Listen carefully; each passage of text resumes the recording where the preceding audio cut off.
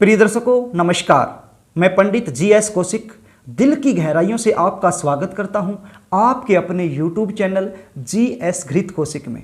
आज मैं आपको बताने वाला हूं जन्म कुंडली में बनने वाले पंच महापुरुष योग के बारे में। मेरे पास बहुत सारे दर्शकों के फ़ोन कॉल्स आए, कमेंट आए कि सर हमें पंच महापुरुष योग के बारे में कुछ बताएं। तो आप सभी की डिमांड के अनुसार ये कार्यक्रम मैं लेकर के आपके सामने हाजिर हुआ हूं। आज आप अपने जन्म कुंडली को खोल लीजिए और मिलाइए, कहीं ये योग आपकी जन्म कुंडली में तो नहीं बन रहा। यदि बन रहा है तो आज जो बातें मैं आपको बताऊंगा वो सब आपके साथ घटित हो रही होंगी। पहले तो मैं आपको ये बता दूं कि ये पंच महापुरुष योग होता क्या है। नाम से ही प्रतीत होता है पंच महापुरुष योग, अर्थात ऐसे योग में जन्मा जातक महान लोगों में गिना जाता है। ऐसे जातक में एक विशेष गुण पाया जाता है, एक विशेष टैलेंट पाया जाता है, जिसके चलते वो समाज में मान सम्मान पद प्रतिष्ठा एवं एक विशेष स्थान हासिल करने में कामयाब हो जाता है। अब ये योग बनता कैसे है, कौन से ग्रह इस योग का निर्माण करते हैं। जो ग्रह मार्गी एवं वक्री दोनों प्रकार की चाल चलते हैं, ऐसे ग्रह इन योगों का निर्माण करते हैं। अब सूर्य और चंद्रमा को इन योगों में शामिल नहीं किया गया। क्यों? क्योंकि सूर्य और चंद्रमा हमेशा मार्गी रहते हैं, कभी भी वक्री नहीं होते हैं। ऐसे ही राहु और केतु को भी इन योगों में शामिल नहीं किया गया। क्यों? क्योंकि वो हमेशा ही वक्री चलते हैं, हमेशा ही उल्टे चलते हैं। तो शामिल किसको किया गया? मंगल को, बुध ग्रह को, देवगुरु बृहस्पति को, शुक्र ग्रह को और शनि ग्रह को। ये 5 ग्रह इन योगों में शामिल होते हैं। तो प्रिय दर्शकों, आइए जानते हैं कौन सा ग्रह कौन सा योग बनाता है और उस योग का आपके जीवन में क्या प्रभाव पड़ता है। कार्यक्रम को आगे लेकर के चलूं, इससे पहले आपसे निवेदन करना चाहूँगा, यदि आप चैनल पर नए हैं तो चैनल को सब्सक्राइब कर लें, बेल आइकन को भी प्रेस कर लें, ताकि हमारी आने वाली जो नई वीडियो है उसका नोटिफिकेशन आपको मिल सके और वो वीडियो आप आसानी से देख पाएँ। प्रिय दर्शकों, आप स्क्रीन पर देख पा रहे होंगे एक जन्मांक चक्र को। जहाँ पर 1 नंबर लिखा है वो जन्म कुंडली का पहला भाव होता है, और जहाँ 4 का अंक लिखा है वो जन्म कुंडली का चौथा भाव होता है, और जहाँ 7 लिखा है वो जन्म कुंडली का 7वां भाव होता है, और जहाँ 10 लिखा है वो जन्म कुंडली का 10वां भाव होता है। आपकी जन्म कुंडली में किसी भी भाव में कोई भी अंक लिखा हो सकता है, बिल्कुल भी चिंता करने की आवश्यकता नहीं है, केवल इसको आपने समझना है। अब जहाँ पर 1, 4, 7 और 10 ये अंक लिखे गए हैं, ये जन्म कुंडली के केंद्र भाव कहलाते हैं। इन केंद्र भाव में यदि मंगल अपने मूल त्रिकोण राशि में, सब राशि में एवं उच्च की राशि में बैठ जाए तो निर्माण हो जाता है रोचक नामक महापुरुष योग का। अब ये जो मैंने केंद्र भाव बताए, मान लीजिए केंद्र में ही 1 लिखा है, जो पहला भाव है वहां पर 1 लिखा गया है, तो वहां पर यदि मंगल आकर के बैठ जाए तो मंगल की मूल त्रिकोण राशि है मेष, तो बन गया रोचक महापुरुष योग। और यदि 10वें भाव में जहां 10 का अंक लिखा है वहां पर आकर के बैठ जाए और 10 नंबर ही राशि हो तो उच्च के हो गई, तो बन गया रोचक नामक महापुरुष योग। तो आपने ध्यान यही रखना है, आपने अपनी जन्म कुंडली में केवल यही मिलाना है। ये जो 4 खाने मैंने बताए हैं, पहला, चौथा, 7वां और 10वां, इन खानों में यदि मेष राशि हो यानी 1 नंबर लिखा हो, या फिर 8 नंबर लिखा हो, या फिर 10 नंबर लिखा हो, और उसी भाव में आकर के मंगल बैठ जाए तो फिर रोचक नामक महापुरुष योग का निर्माण हो जाता है। और जिस भी जातक की जन्म कुंडली में इस योग का निर्माण होता है, ऐसा जातक साहसी होता है, मेहनती होता है, पराक्रमी होता है, निडर स्वभाव का होता है, अपनी मेहनत के बल पर कामयाबी हासिल करने वाला होता है। लीडरशिप का एक गुण भरपूर मात्रा में इसमें देखा जाता है। मैनेजमेंट का गुण भी ऐसे जातकों में भरपूर मात्रा में देखा जाता है। ऐसा जातक मिलिट्री में, सेना में उच्च पद पर स्थापित होता है और अपनी मेहनत के बल पर कामयाबी हासिल करता है और बहुत सारा धन भी कमाता है। अब बात करते हैं दूसरे पंच महापुरुष योग की। अब दूसरा बुध ग्रह की वजह से बनता है।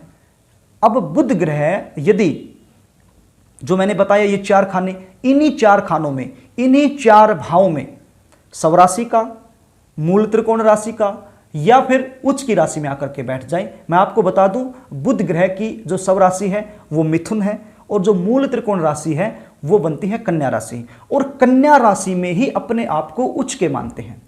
तो आपने देखना है ये जो केंद्र भाव है, ये जो 4 खाने हैं, इनके अंदर यदि 3 का अंक लिखा हो या फिर 6 का अंक लिखा हो और वहीं पर आकर के बुध बैठ जाए तो बन जाता है भद्र नामक महापुरुष योग। और जिस जातक की कुंडली में ये योग बन जाता है तो ऐसा जातक बुद्धिमान होता है, बोलने की कला भरपूर मात्रा में होती है, चतुर होता है, एक अच्छा बिजनेसमैन भी हो सकता है। ऐसा जातक अपनी वाणी के बल पर कामयाबी हासिल करता है, क्योंकि बुध जो होता है वाणी का कारक होता है। तो ऐसे जातक की वाणी में इतना मिठास होता है तो अपनी वाणी के बल पर दूसरों को भी अपने काबू में कर लेता है। ऐसा जातक बैंकिंग के क्षेत्र में कामयाब हो जाता है, अकाउंट संबंधित, लेखा जोखा, सीए, अकाउंटेंट, इस प्रकार के पदों पर स्थापित होता है। यदि व्यापार की मैं बात करूं तो कपड़े का व्यापार यदि ऐसा जातक करे तो विशेष सफलता हासिल हो जाती है और बहुत सारा धन भी कमाता है। तो प्रिय दर्शकों, अब बात करते हैं तीसरे महापुरुष योग की, जो बनता है देवगुरु बृहस्पति की वजह से। अब इन्हीं खानों में, जो 4 खाने मैंने बताए, 1, 4, 7, 10, इन्हीं खानों में यदि देवगुरु बृहस्पति अपनी स्वराशि, मूल राशि एवं उच्च राशि में बैठ जाए तो बन जाता है हस नामक महापुरुष योग। प्रिय दर्शकों, देवगुरु बृहस्पति की जो मूल त्रिकोण राशि है वो है धनु यानी 9 नंबर, और स्वराशि है मीन यानी 12 नंबर, और उच्च के होते हैं कर्क राशि में। तो यदि इन चारों भावों में 1, 4, 7, 10 जहां लिखा है, इन चारों भावों में आपकी जन्म कुंडली में या तो 9 नंबर राशि हो या 12 नंबर राशि हो या फिर 4 नंबर राशि हो, और वहीं पर आकर के देवगुरु बृहस्पति बैठ जाएं तो निर्माण हो जाता है हंस नामक महापुरुष योग का। और इस योग में जन्मे जातक कैसे होते हैं? ज्ञानी होते हैं, बुद्धिमान होते हैं, क्योंकि देवगुरु बृहस्पति गुरु हैं, देवताओं के गुरु हैं, टोटली ज्ञानी हैं। ऐसे जातक के चेहरे से ज्ञान झलकता है, स्पष्ट वक्ता होते हैं, बिल्कुल स्पष्ट बोलने वाले, धार्मिक विचारों के होते हैं, आस्तिक होते हैं, भगवान में विश्वास रखने वाले होते हैं, तीर्थों की, धार्मिक स्थलों की यात्रा करने वाले होते हैं। ऐसे जातक बड़े बड़े कथावाचक भी हो सकते हैं, प्रवचन देने वाले भी हो सकते हैं, अध्यापक, प्रोफेसर आदि भी हो सकते हैं। और परोपकार की भावना भरपूर मात्रा में ऐसे जातकों में मिलती है। और ऐसे जातक, इस योग में जन्मे जातक बहुत बड़े बड़े सलाहकार भी पाए गए हैं। तो प्रिय दर्शकों, अपनी बुद्धि के बल पर, अपने ज्ञान के बल पर बहुत ज़्यादा धन भी वो अर्जित कर लेते हैं। अब बात करते हैं चौथे योग की। कौन सा बनता है? शुक्र ग्रह की वजह से बनता है मालव्य नामक महापुरुष योग। जो मैंने बताया ये 4 खाने 1, 4, 7, 10, इन्हीं भाव में यदि शुक्र स्वराशि, मूल त्रिकोण राशि एवं उच्च राशि में आ जाए तो बन जाता है मालव्य नामक महापुरुष योग। अब शुक्रदेव की स्वराशि कौन सी है? वृषभ राशि है, यानी कि 2 नंबर, और तुला राशि में मूल त्रिकोण राशि के हो जाते हैं। वहीं पर मीन राशि में अपने आप को उच्च के मानते हैं। तो इन 4 भावों में यदि 2 नंबर राशि है, यदि 7 नंबर की राशि है और यदि 12 नंबर की राशि है और यहीं पर आकर के शुक्रदेव बैठे हुए हैं तो बन जाता है मालव्य नामक महापुरुष योग। ऐसे योग में जन्मा जातक ज्ञानी होता है, क्योंकि शुक्र भी ज्ञानी है। शुक्र दैत्य गुरु हैं, राक्षसों के गुरु हैं, और देवगुरु बृहस्पति जो हैं वो देवताओं के गुरु हैं। तो शुक्राचार्य भी बहुत ज्यादा ज्ञानी थे। तो इस कारण शुक्रदेव से जो मालव्य योग बनता है, तो इस मालव्य योग के प्रभाव से जातक ज्ञानी होता है, भूमि, भवन, वाहन, इन सब का सुख अपने जीवन में भोगता है, एवं उसकी जो लाइफ होती है, लग्जरी लाइफ जिसको हम कहते हैं, जीवन में हर प्रकार का आनंद भोगना, इस प्रकार की लाइफ होती है। ब्रांडेड चीज़ों में ज़्यादा विश्वास रखता है, सुख सुविधाएं जितनी भी होती हैं वो सब भोगता है।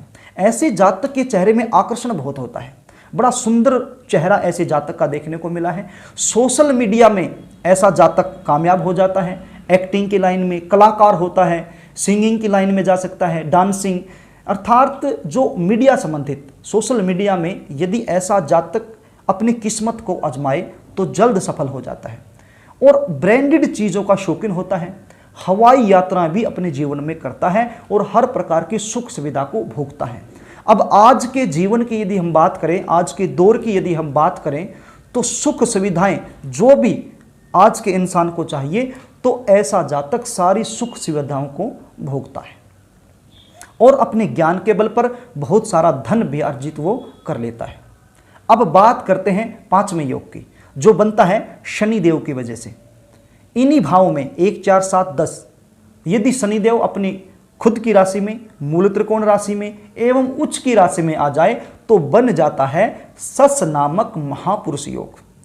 अब जो शनि ग्रह हैं उनकी जो मूल त्रिकोण राशि है वो बनती है कुंभ, और जो सब राशि है वो बनती है मकर, और जो तुला राशि है उसमें शनिदेव अपने आप को उच्च का मानते हैं। तो इन चारों भाव में यदि 10 का अंक लिखा हो, यदि 11 का अंक लिखा हो या फिर 7 का अंक लिखा हो और वहीं पर आकर के शनिदेव बैठ जाए तो बन जाता है सस नामक महापुरुष योग। ऐसे योग में जन्मा जातक बड़ा व्यापारी होता है, बड़ी बड़ी फैक्ट्रियों का मालिक होता है, जोखिम को उठाने वाला होता है, जोखिम को उठा करके सफलता हासिल करने वाला होता है। ऐसा जातक कभी घबराता नहीं है, जोखिम उठाने में कभी भी नहीं घबराता है और जोखिम उठाकर ही वो कामयाब होता है। बिल्डिंग मटेरियल संबंधित जितनी भी वस्तुएं होती हैं, लोहे की जितनी भी वस्तुएं होती हैं या तेल से संबंधित जो भी व्यापार होता है, यदि इन क्षेत्रों में जातक अपनी किस्मत को आजमाए तो किस्मत चमक जाती है। बहुत जल्द ऐसे जातक को कामयाबी मिल जाती है और समाज में मान सम्मान भी खूब मिलता है और बहुत सारा धन भी जातक कमाता है। तो प्रिय दर्शकों, आपने अपनी जन्म कुंडली खोल करके इसको मिला लिया होगा कि आपकी जन्म कुंडली में इन योगों का निर्माण हो रहा है या फिर नहीं हो रहा है। मैंने बड़े ही आसान तरीके से आपको समझाने की, बताने की कोशिश की है। आशा भी करता हूं कि आपको मेरे द्वारा दी गई जानकारी समझ में आ गई होगी और आप आसानी से जान पाएंगे कि आपकी जन्म कुंडली में पंच महापुरुष योग बना हुआ है या फिर नहीं बना। तो प्रिय दर्शकों, यदि आप जीवन में किसी भी प्रकार की समस्या में घिरे हुए हैं, परेशान हैं, दुखी हैं और उससे आप छुटकारा पाना चाहते हैं तो फिर स्क्रीन पर दिए गए नंबरों से आप मुझसे संपर्क कर सकते हैं। स्क्रीन पर दिए गए व्हाट्सएप नंबर पर आप अपनी date of birth, birth time, birth place, ये तीनों चीज़ें भेज सकते हैं और अपनी जन्म कुंडली का मुझसे सटीक विश्लेषण करवा सकते हैं। प्रिय दर्शकों, मैं पूरी कोशिश करूंगा आपकी जन्म कुंडली के आधार पर जो भी सटीक उपाय बनते हैं वो सटीक उपाय आपको बताने की। तो प्रिय दर्शकों, यदि आपको कार्यक्रम अच्छा लगे तो वीडियो को लाइक करना, शेयर करना एवं कमेंट करना। आज के लिए बस इतना ही, कल फिर मिलेंगे, तब तक के लिए नमस्कार।